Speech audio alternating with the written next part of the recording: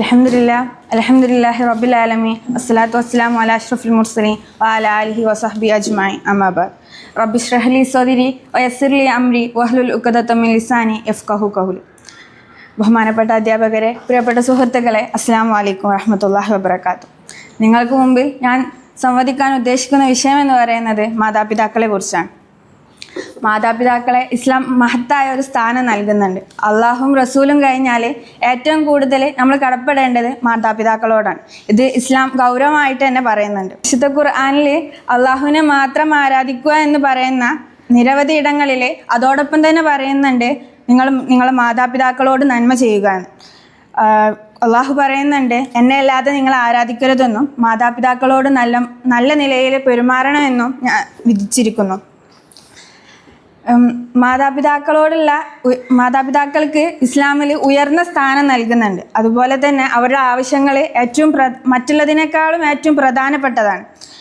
നമ്മളോട് മാതാപിതാക്കളെ ബഹുമാനിക്കാനും അതുപോലെ കൽപ്പിക്കാനും അള്ളാഹു കൽപ്പിച്ചിട്ടുണ്ട്. അതുപോലെ നബി സല്ലല്ലാഹു അലൈഹി വസല്ലം പറയുന്നുണ്ട്, സ്വർഗത്തിൽ ഏറ്റവും നല്ലൊരു വാതിലുണ്ട്, അതിലൂടെ പ്രവേശിക്കാൻ ആഗ്രഹിക്കുന്ന ഒരു വ്യക്തി നമ്മുടെ മാതാപിതാക്കളോട് നല്ല നിലയിൽ പെരുമാറട്ടെ എന്ന് പറയുന്നുണ്ട്. ഇസ്ലാമിൽ മാതാപിതാക്കളുടെ ബഹുമാനത്തെ ഇത്രമാത്രം പ്രാധാന്യം നൽകുന്നുണ്ട്. പക്ഷേ നിർഭാഗ്യവശാൽ ഇന്നത്തെ സമൂഹം വ്യക്തിവാദത്തെയും അതുപോലെ സ്വാർത്ഥ താല്പര്യങ്ങളെയുമാണ് കൂടുതൽ പ്രോത്സാഹിപ്പിക്കുന്നത്. അങ്ങനത്തെ ഈ സാഹചര്യത്തിൽ മാതാപിതാക്കളുടെ മൂല്യം പലപ്പോഴും അവഗണിക്കപ്പെടുകയാണ്. ഇസ്ലാമിൽ മാതാപിതാക്കൾക്ക് ആദരവും ബഹുമാനവും നൽകുന്നുണ്ട്. അതിന് ഊന്നി പറയുന്ന കുറേ ഹദീസുകളും അതുപോലെ ഖുർആൻ ആയത്തുകളും നമുക്ക് കാണാൻ സാധിക്കും. അള്ളാഹു ഖുർആനിൽ പറയുന്നുണ്ട്, നിങ്ങൾ നിങ്ങളുടെ രക്ഷിതാവിനെ അല്ലാതെ ആരാധിക്കരുത്, മാതാപിതാക്കളോട് നല്ല നിലയിൽ വർത്തിക്കണമെന്നും വിധിച്ചിരിക്കുന്നു. അവരിൽ ഒരാളോ രണ്ടുപേരോ നിങ്ങളുടെ കൂടെ ഉണ്ടായിട്ടും വാർദ്ധക്യം പ്രാപിച്ചാൽ അവരോട് എന്ന് പോലും പറയരുത്, അവരെ ആട്ടിയോടിക്കരുത്, പകരം അവരോട് മാന്യമായ നിലയിൽ വർത്തിക്കാനാണ് പറയുന്നത്. വൃദ്ധരായ മാതാപിതാക്കളുടെ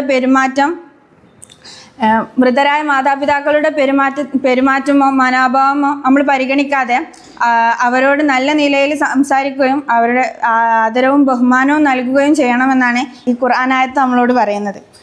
പ്രവാചകന് കഴിഞ്ഞാൽ ഏറ്റവും അധികം നമ്മൾ സ്നേഹിക്കേണ്ടത് നമ്മളെ മാതാപിതാക്കളെയാണ്. നബി സല്ലല്ലാഹു അലൈഹി വസല്ലമയുടെ അടുത്ത് ഒരാൾ വന്നിട്ട് ചോദിക്കുന്നുണ്ട്, ഞാൻ ഏറ്റവും കൂടുതൽ കടപ്പാടുള്ളത് ആരോടാണ്? അപ്പോൾ നബി പറയുന്നുണ്ട്, അത് നിൻ്റെ മാതാവിനോടാണ്.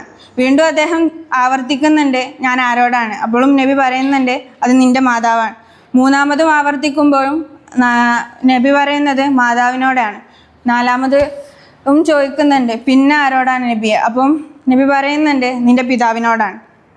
അതേ സഹോദരിമാരെ, ഗർഭകാലത്തും പ്രസവ വേളയിലും കഷ്ടപ്പാടുകളും വേദനകളും സഹിച്ചു നമ്മുടെ മാതാവ്.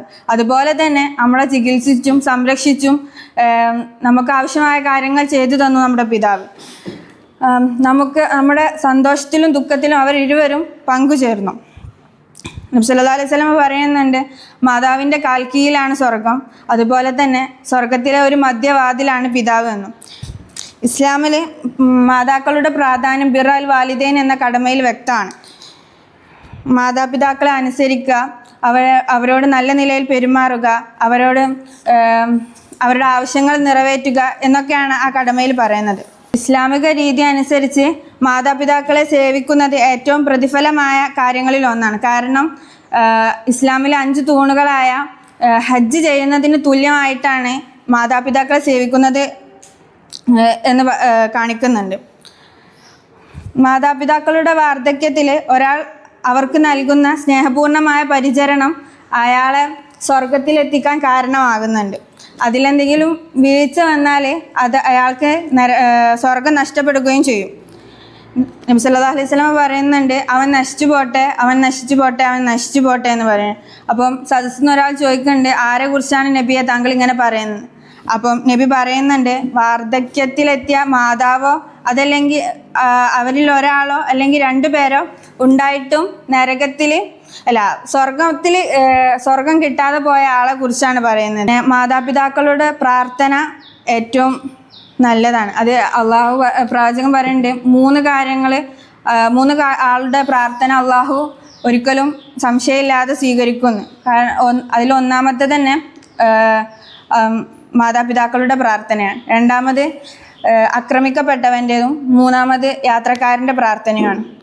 മാതാപിതാക്കളുടെ പ്രാർത്ഥന പ്രതികൂലമായിട്ടും അനുകൂലമായിട്ടും ഉണ്ടാവും.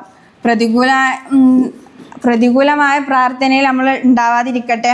എത്ര നന്മ ചെയ്താലും, മാതാപിതാക്കളോട് എത്ര നമ്മൾ നന്മ ചെയ്താലും അവർ നമ്മൾക്ക് ചെയ്തു തന്ന കടപ്പാടിൻ്റെ അടുത്തെത്തൂല. നമ്മൾ എന്നാലും അവർക്ക് വേണ്ടിയിട്ട് നമ്മൾ പ്രാർത്ഥിക്കണം. അതുപോലെ അവർക്ക് വേണ്ടി നമ്മൾ ജീവിതത്തിൽ സമയം ചെലവഴിക്കണം. അതിനുശേഷം റബ്ബിർഹമുമ കമാ റബ്ബയാനി സോയറ എന്നുള്ള പ്രാർത്ഥന നമ്മൾ നിലനിർത്തണം എന്ന് പറഞ്ഞുകൊണ്ട് ഞാൻ നിർത്തുന്നു. അസ്സലാമു അലൈക്കും വറഹ്മത്തുള്ളാഹി വബറകാതുഹു.